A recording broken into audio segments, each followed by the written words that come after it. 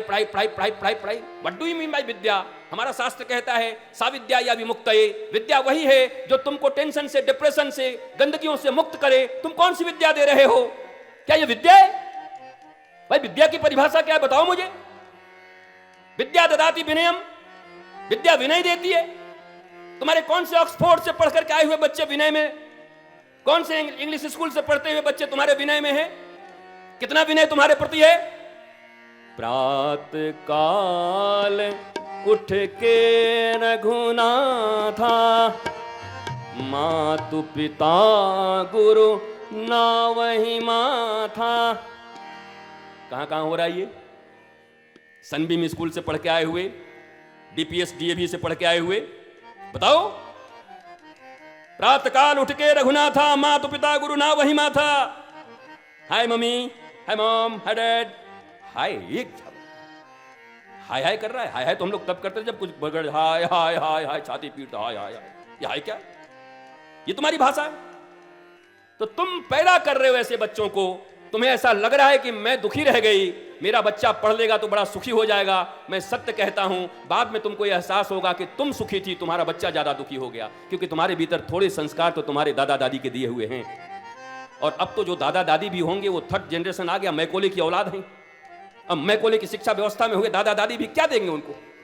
अब बताओ, आज के बच्चे एक पीढ़ी के बाद दादा बन जाएंगे, 2 पीढ़ी के बाद, ये क्या ज्ञान देंगे? हाय वाले, ये हाय ही तो ज्ञान देंगे। ये तो हम लोग बड़े, हमें लगता है हम लोग अंतिम हैं, ये पीढ़ी अंतिम है। अगर भारतीय संस्कृति का विकास न हुआ, प्रकाश न हुआ, अगर हमारी शिक्षा नीति न बदली, अगर हम सनातन बोर्ड न बना पाए अपने ही देश में, 80% 90% होने के बाद भी तुम्हारे बोर्ड नहीं है। कमाल। जिस देश में तुम रहते हो वहां पर तुम्हारा अपना शिक्षा का कोई बोर्ड नहीं, कोई बोर्ड नहीं। सीबीएसई पढ़े जा रहे हैं। क्या है सीबीएसई में? क्यों पढ़ रहे हो? हम सनातन संस्कृति के लोग हैं, भारतीय संस्कृति के लोग हैं। भारतीय सनातन संस्कृति का बोर्ड बनता हमारे लिए, उस आधार पर पढ़ाइयां होती। पहले क्लास से बच्चों को यही पढ़ाया जाता, राम क्या कर रहे हैं, कृष्ण क्या कर रहे हैं, अर्जुन क्या कर रहे हैं, बेटा देखो। ये नहीं पढ़ाते। औरंगजेब का बाप ये, उसका बाप ये, बाबर का बाप ये, बाबर का बेटा ये पढ़ने के लिए पैदा हुए वहां पर। क्या मतलब है? लुटेरों के बारे में इतना पढ़ने की क्या जरूरत है? इतना ही पढ़ लो, लुटेरे आए थे, भारतीय संस्कृति को नष्ट किए, दैट्स एनफ। अब पढ़ाना है तो शिवाजी को पढ़ाओ, राणा प्रताप को पढ़ाओ,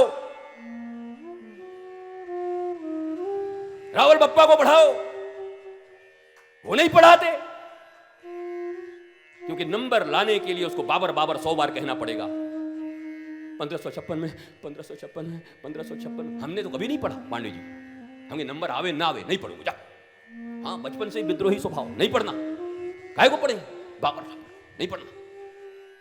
हम पढ़ेंगे तो शिवाजी को ही पढ़ेंगे।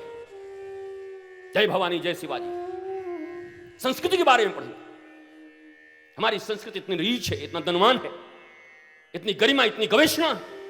हम क्यों उधार की संस्कृति को लेकर के, अपने संस्कृति को मिटा करके अपने ही देश में पागलों को पैदा करें, अपने ही बच्चों को पागल बनाएं?